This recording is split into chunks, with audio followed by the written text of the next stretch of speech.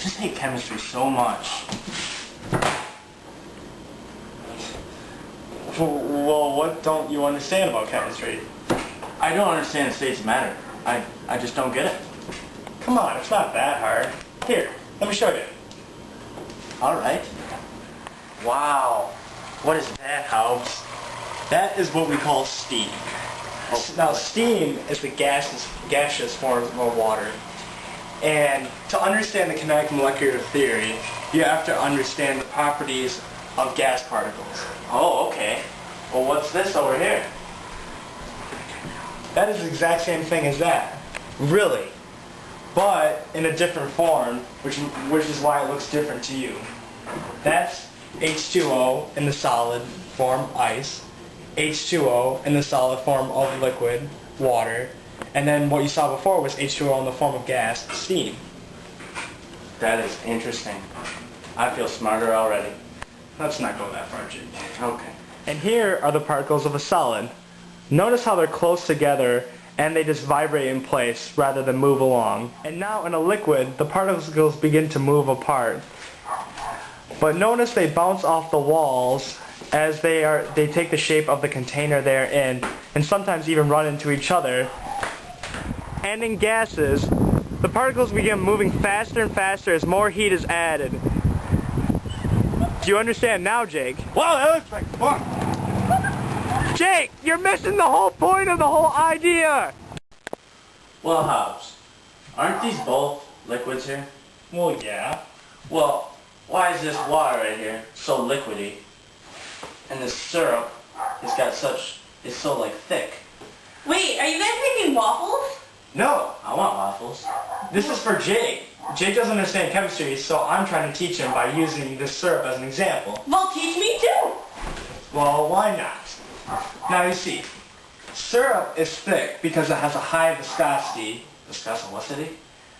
Viscosity, or the ability of a liquid to resist flow. See, syrup has a high viscosity, which means it flows very, very slowly, and which gives it a very thick taste. Like molasses. Exactly. Water has a very low viscosity and flows very, very quickly. Does it make sense now? Yeah, pretty much, yeah. Good job.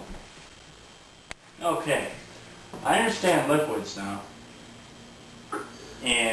But what about solids? I know this is a solid. But is this a solid?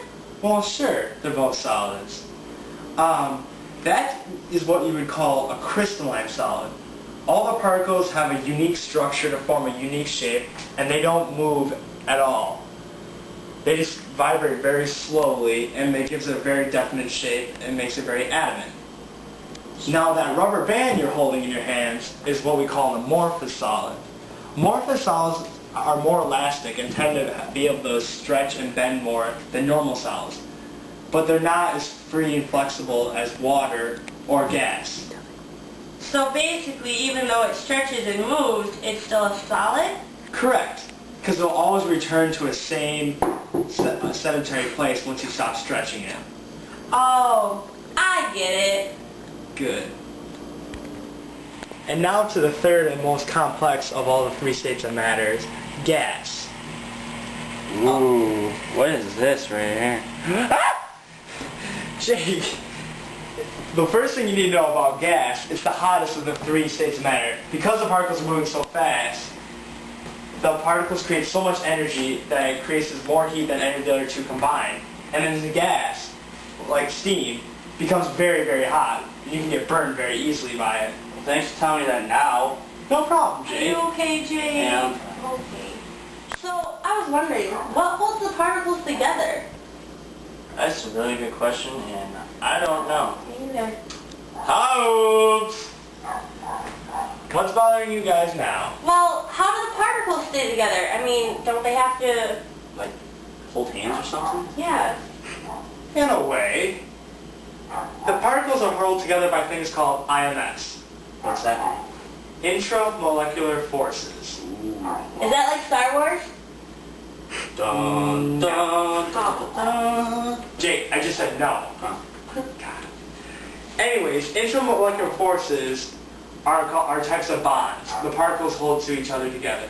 This is boring me. Here, if this is boring, why don't we play a game to demonstrate this? I love games. Okay, let's go outside. IMFs are held together by the particles. Still boring, man. Yeah, I thought you said we were playing a game. This isn't much of a game. Okay, well why don't we play Red Rover? Red Rover? I love that game. Can I play? Yeah, of course. More the merrier.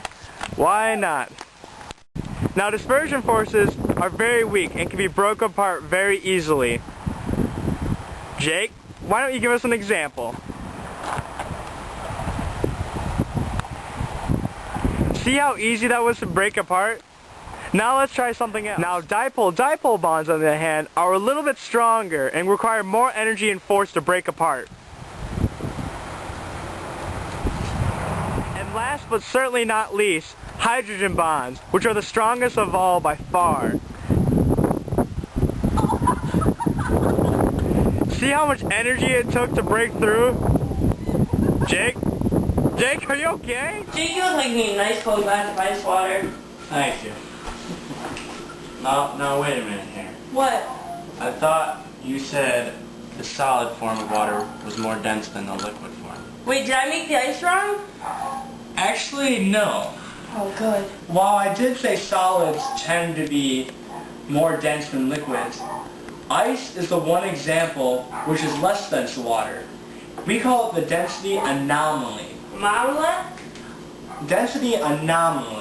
Hermamama.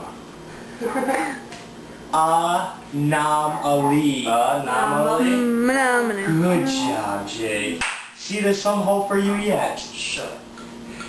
Anyways, with the particles of water freeze in such a way that it causes more space and makes the ice to expand and become less dense, which makes it float on water.